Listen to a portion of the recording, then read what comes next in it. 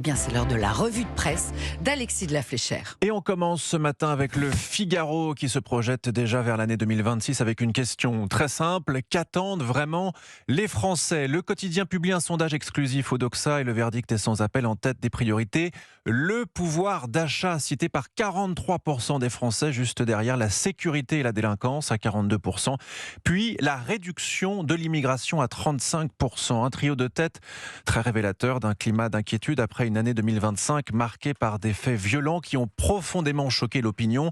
Le Figaro rappelle que les Français ont été durablement marqués par des affaires retentissantes comme le cambriolage du Louvre ou le meurtre du jeune Elias, 14 ans, poignardé à la sortie d'un entraînement de football. Résultat, une demande très forte d'autorité et de protection, quel que soit le bord politique. La sécurité arrive en tête chez les électeurs Renaissance comme socialistes, tandis que les sympathisants LR et RN mettent davantage l'accent sur l'immigration. Mais au-delà de la peur, c'est bien la fin du mois qui obsède.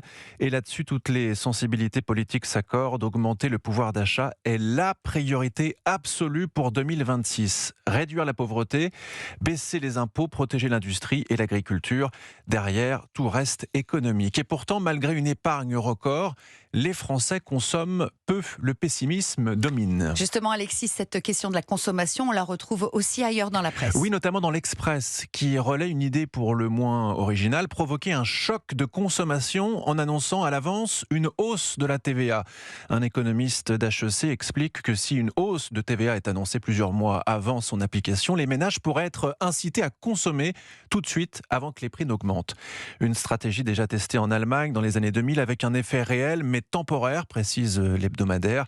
Problème, pour que cela fonctionne, il faut une crédibilité politique totale. Or, dans le climat actuel d'instabilité, beaucoup doutent que les Français y croient vraiment. D'ailleurs, le Figaro le souligne ce matin, l'instabilité politique en France est l'événement le plus marquant de l'année 2025 devant le retour de Donald Trump à la Maison-Blanche et même devant les problèmes de pouvoir d'achat.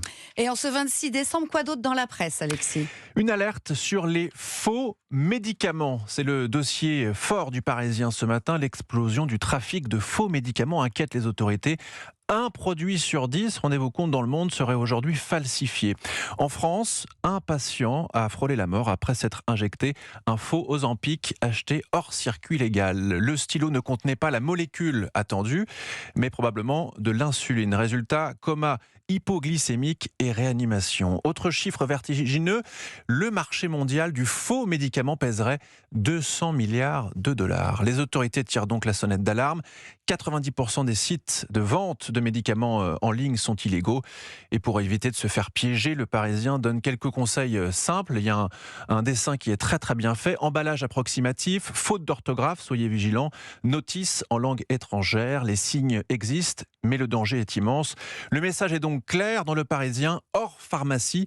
Attention, c'est la roulette russe. Et pour terminer, Alexis, un petit peu de légèreté à quelques jours du Nouvel An. Et oui, et ce souffle plus joyeux, on le trouve à nouveau dans le Figaro ce matin qui nous emmène dans les coulisses des cabarets parisiens. Plumes, Strass, paillettes, le cabaret français connaît un véritable renouveau.